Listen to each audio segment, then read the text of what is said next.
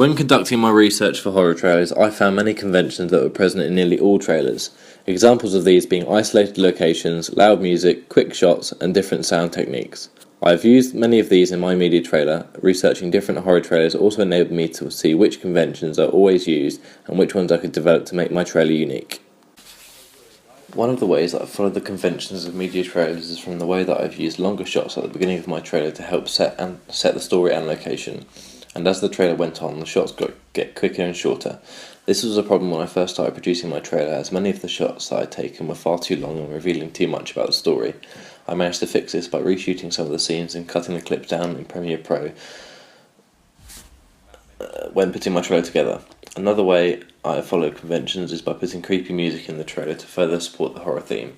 The music with the long to short shots works well to help build tension, which further follows the normal conventions of horror trailers. To further increase the pace and tension in my trailer, I decided to cut some of the clip to get flashing black frames within the shots. This is a common convention of horror trailers that I found when researching for my trailer, and is one that I felt would be good to conform to, as I think it works really well with the music and the story.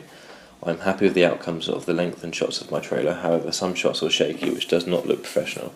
However, this was not a massive issue, as I was able to improve these in After Effects. But to fix this, I would have used a tripod to ensure that my shots looked steady and professional. The music in my trailer also helped create tension, as I could time shots with sudden bangs within the music. This supported the story for my trailer, as the killer was unknown and things were happening suddenly, so the bangs in the music helped emphasise what was happening, and helped create a faster pace to the trailer. When the music first starts, it is slow and eerie. When the first bang in the music plays, I have timed the first title screen with this to create tension within the trailer. From this point on, the music is very loud and fast-paced at times. When you do something about it, it's literally daily, it's getting so creepy. I've got an idea, guys. Why don't we play some... And I've timed clips and title screens with the music to again add the tension to make the trailer smoother to watch. Matt, maybe you should The time of day I used in my trailer also supported the conventions of horror trailers, as all my trailer was set at night. Most horror trailers that I researched were set at night, and I thought this was a key convention to follow. However, many horror trailers also have daytime shots in order to show how time is passing within the trailer and the story.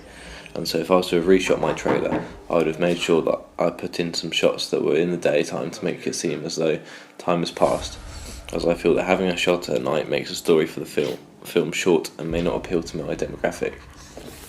To give hints to the audience about my story, many horror trailers included title screens that give information on the story of the horror movie. Examples of this can be seen in the trailers for The Boy and Unfriended. I wanted to use these types of title screens within my trailer to hint about the story of the trailer. I think that my title screens also help make my trailer appealing to my demographic, as the trailer is about bullying. By putting "be careful what you say" in the title screens, it makes the audience think about perhaps what they have said or what they have heard people say. This makes the trailer relate to my demographic even more, as many teenagers have most likely been a part of some form of bullying, whether they are aware of it or not, which makes the film more personal to them. I challenged the conventions of horror trailers when both filming and editing my trailer, as many of the horror trailers that I watched and researched, they often showed the person or thing that is killing the people in the film, which in some cases can give away the story. To challenge this, I decided to not show the killer at all in my trailer, but instead give hints as to who the killer might be through the shots and title screens, to still encourage audiences to want to come and watch the film.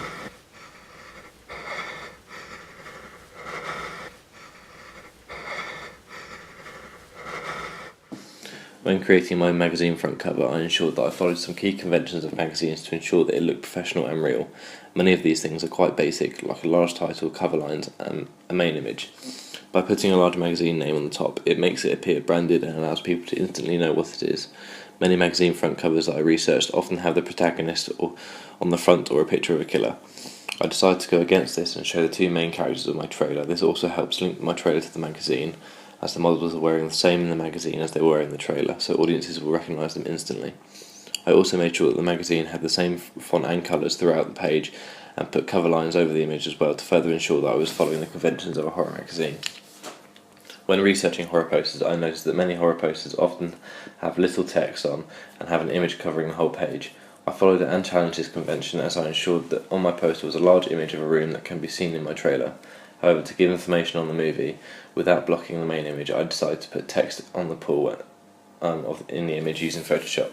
By doing this, I'm challenging the theme of having a small amount of text above or below the image, yet conforming to the convention of only giving away a small information of the name and the release date for the film. I feel that this was a good decision doing this, as I think that I had put a different image on that didn't relate to the trailer. For example, an image of the killer, it would have ruined the mysteriousness of not knowing who the killer is, and would have a risk of audiences not knowing what film the poster is for until they saw the name, as they would not recognise the location in the image.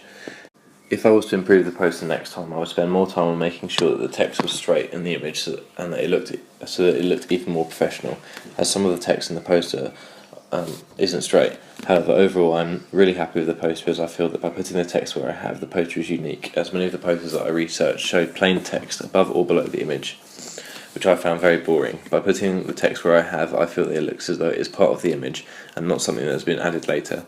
This is because I have made the text overlay the image using Photoshop, so that the text does not stand out as much from the photo. I'm challenging this convention of posters, as lots of posters that I saw during research have the text stand out. I believe what I've done makes the poster even more eerie and makes the audience want to come and see the film.